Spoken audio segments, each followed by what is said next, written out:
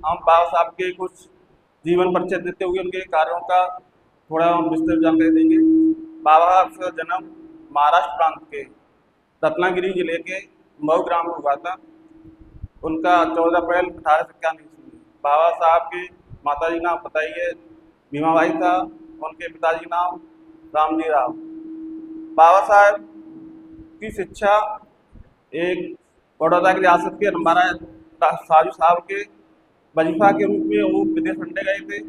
वहाँ कोलंबिया विश्वविद्यालय से उन्होंने PhD MA डिग्री प्राप्त की। उसके बाद लंदन ऑफ इकोनॉमिक्स से उन्होंने डिग्री प्राप्त करी DSc की। उसके बाद भारत आए। भारत आने के बाद पहला कदम उनका यही था कि जो पिछड़े दलित लोग हैं उनको कैसे न्याय दिलाया जाए। इस संबंध में उन्होंने 1927 में महाराष्ट्र प्रांत में उनको राज्यसभा का राज्य परिषद होती है उसमें नवनियुक्त उन सदस्य चुना गया। तो उसके अलावा उन्होंने 1932 में महात्मा गांधी के साथ मिलकर 26 सितंबर 1932 में पूना पैक्ट हुआ।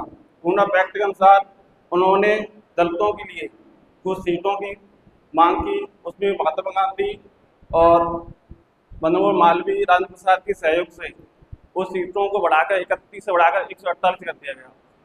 पहले अलग पृथक निर्वाचन मंडल की मांग की गई थी, लेकिन उसको रद्द कर दी और पृथक निर्वाचन मंडल न देने के बाद उसको समाहित करके सीटों की संख्या बढ़ा दी गई थी।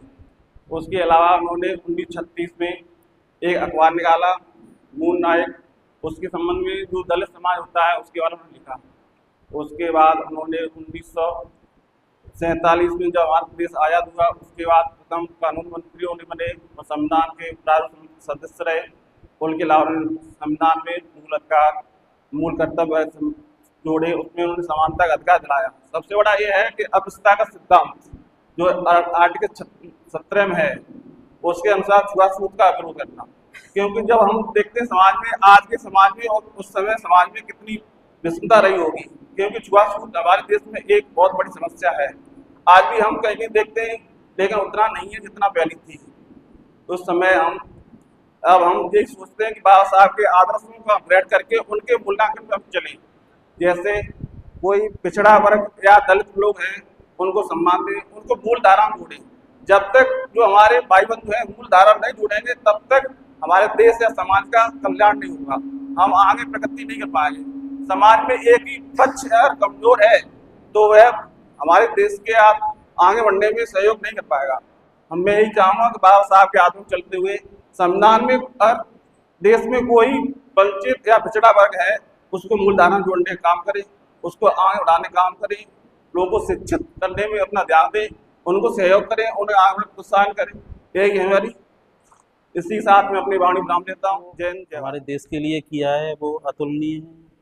उसकी हम कितनी भी कहें वो उनकी किसी से तुलना नहीं करी जा सकती। मेरी समझ में जो बाबा साहब ने हमारे देश के लिए किया है वो मुख्य चीज़ क्या है कि जब वो थे उन्होंने समाज में जो हमारी बुराइयां, जो समाज के भी जो सामाजिक बुराइयां थी उनको देखा तो उनकी नज़र में ये था कि ये जो संपन्न या सामंत वर्ग है या जमींदार हैं वो तो इंसान थे, बाकी लोग जानवर थे। उनकी नज़र मतलब इतना अत्याचार कर समाज में व्याप्त था कि कोई अपनी बात खुल के सामने नहीं रख सकता था। उन्होंने इसके लिए अपनी शिक्षा दीक्षा ली और उन्हें लगा कि इस पद पे पहुंचने के बाद ही ये चीज़ें करी जा सकती हैं, तो उसके लिए उन्होंने बहुत मेहनत करी। हम उनकी मेहनत और उनकी लगन थी उनके बारे में हम सोच भी नहीं सकते, जो उन्होंने करके और समाज की इतनी बुराइयों में से निकल के उस स्तर पर पहुँचे और देश को बदलने के लिए उन्होंने जो एक माहौल बनाया वो एक इतना बड़ा संविधान बनाया और जनता को या समाज के लोगों को उनके अधिकार दिलाने के लिए एक नियम और एक व्यवस्था बनाई। ये भी है कि एक वर्ग हो संपन्न हो उससे देश की विकास नहीं हो सकता।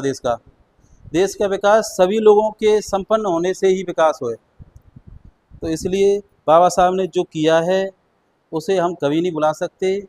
बाबा साहब हमारे विचारों में हमेशा अमर रहेंगे। उनके विचार हमारे लिए हमेशा पूजनीय हैं।